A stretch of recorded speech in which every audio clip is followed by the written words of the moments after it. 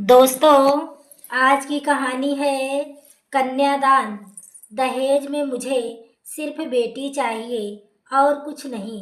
फिर से सोच लीजिए कुलदीप जी, शादी की बात है, उसकी पढ़ाई लिखाई पर आपने इतना खर्चा किया है और वह आपका इकलौता बेटा है। यह लोग बहुत गरीब है और 5वें नंबर की बेटी है, उसकी शादी में कुछ नहीं दे पाएंगे।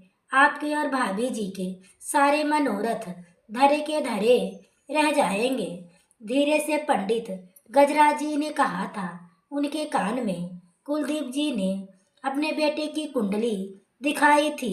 कुलदीप सिंह ने संजय की बेटी रवीना से उनके बेटे की शादी की बात आगे बढ़ाने के लिए कहा था। हमें बस शादी में दहेज नहीं बल्कि सिर्फ आपकी लड़की चाहिए। उनकी बेटी को कन्यादान कर दीजिएगा। शादी के जोड़े में उसे लिवा जाएंगे। वह जोड़ा भी हम भिजवा देंगे। आप लोगों को बिल्कुल चिंता करने की जरूरत नहीं है। हमें लड़की और उसका परिवार पसंद आया और कुछ नहीं चाहिए। हमारा बेटा अच्छा खासा कमाता है और फिर उसका वेतन भी अच्छा है। मैं दहेज रहित विवाह करूंगा अपने बेटे का। मुझे सिर्फ संजय जी आपकी लड़की चाहिए। यह हमारी खुद किस्मती है जो आपसे हमारा रिश्ता जुड़ेगा।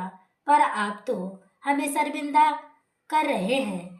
अपनी बेटी की शादी का जोड़ा तो हम बनवा ही सकते हैं ना। बस कन्यादान के लिए सोने के सिक्के का इंतजाम करना मुश्किल होगा। कोई जरूरत नहीं आपको सोना दान करने की। आपकी बेटी ही सोना है। आप बस उसका हाथ मेरे बेटे के हाथ में दे दीजिएगा। जी संजय जी, अपनी बेटी रवीना का रिश्ता कुलदीप के बेटे हिमांशु से तय करके अपनी बेटी की किस्मत पर नाज कर रहे थे।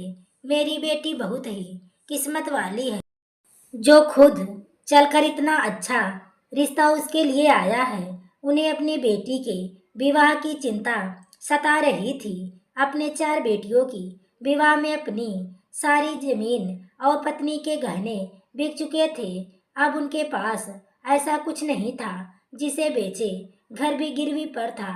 क्या सोच रहे जी? बेटी की शादी का खर्च हम कैसे उठाएंगे?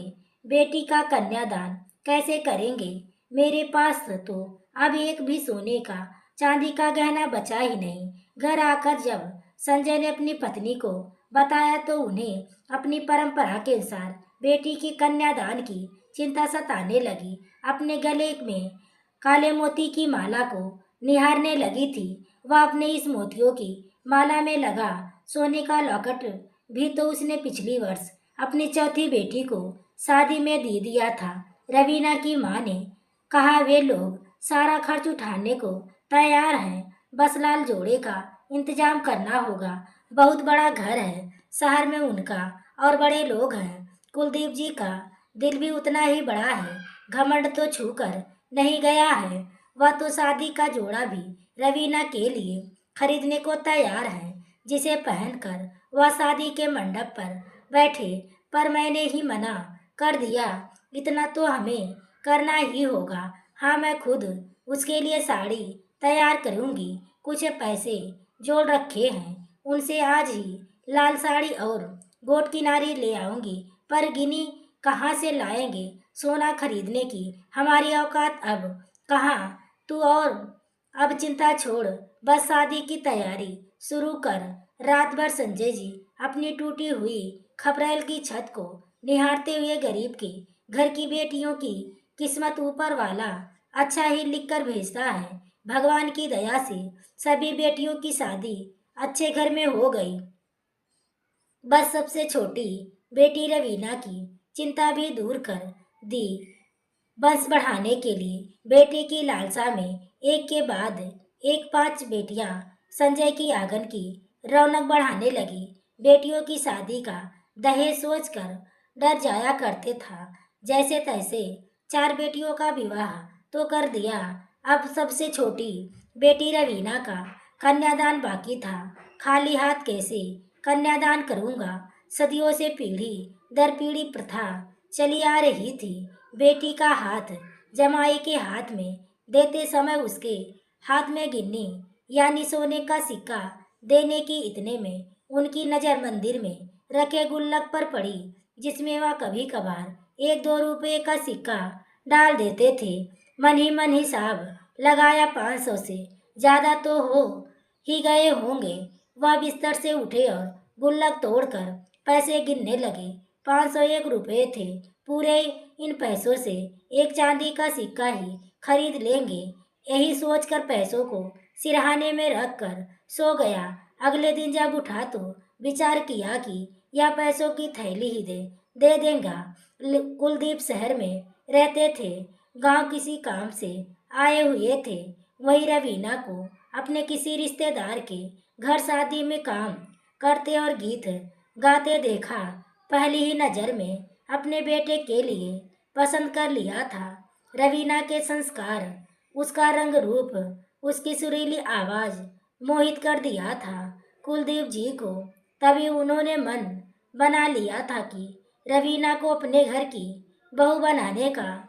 जिस घर में उसके कदम पड़ेंगे वह घर स्वर्ग समान हो जाएगा। उनके बेटे हिमांशु को भी रवीना बहुत पसंद आई थी। हफ्ते भर बाद ही शादी का मुहूर्त निकाला। बहुत ही कम लोगों को बारात में ले आए थे कुलदीप जी। जितने मुंह उतनी बातें और बस कमियां ही तो निकालते हैं लोग एक दूसरे की। कोई कहता गांव की लड़की ही पसंद आई।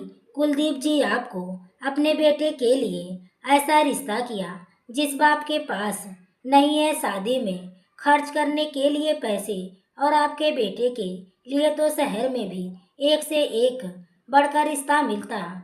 काहे गांव देहात की लड़की को अपने घर की बहू बना रहे हैं, तो कोई कहता समाज सेवा का ठेका ले रखे हो। कुलदीप जी एक कान से सुनते उनकी बातें और बिना किसी प्रतिक्रिया के उनकी किसी बात पर ध्यान नहीं देते। शादी का पूरा खर्च उन्होंने ही उठाया। जब कन्यादान का समय आया तो संजय जी ने वह 501 सिक्कों में कन्यादान करना चाहा तो कुलदीप जी ने उन्हें उनमें से सिर्फ 5 सिक्के ही रखे। अब आपकी 5वीं संतान मेरे घर की बहू है।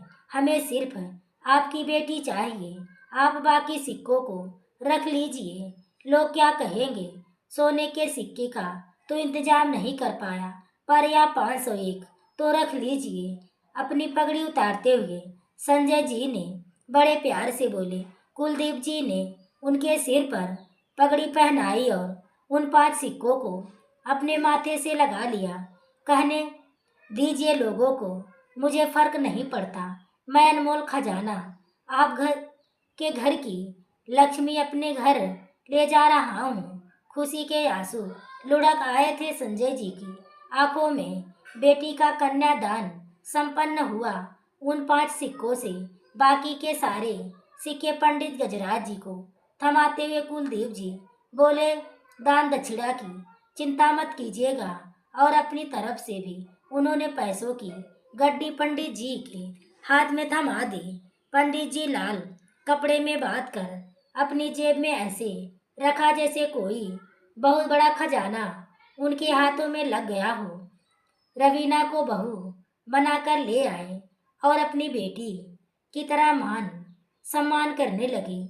रवीना भी अपने सास ससुर की सेवा बड़े मन से करती हुई अपनी किस्मत पर नाज करती। तो दोस्तों, आपको यह कहानी कैसी लगी? कमेंट में अपनी राय जरूर दें। कहानी अच्छी लगी हो तो वीडियो को लाइक शेयर सब्सक्राइब करें। आगे के नोटिफिकेशन के लिए बेल आइकन को ज़रूर प्रेस करें। पूरी कहानी को सुनने के लिए आपको तहे दिल से धन्यवाद।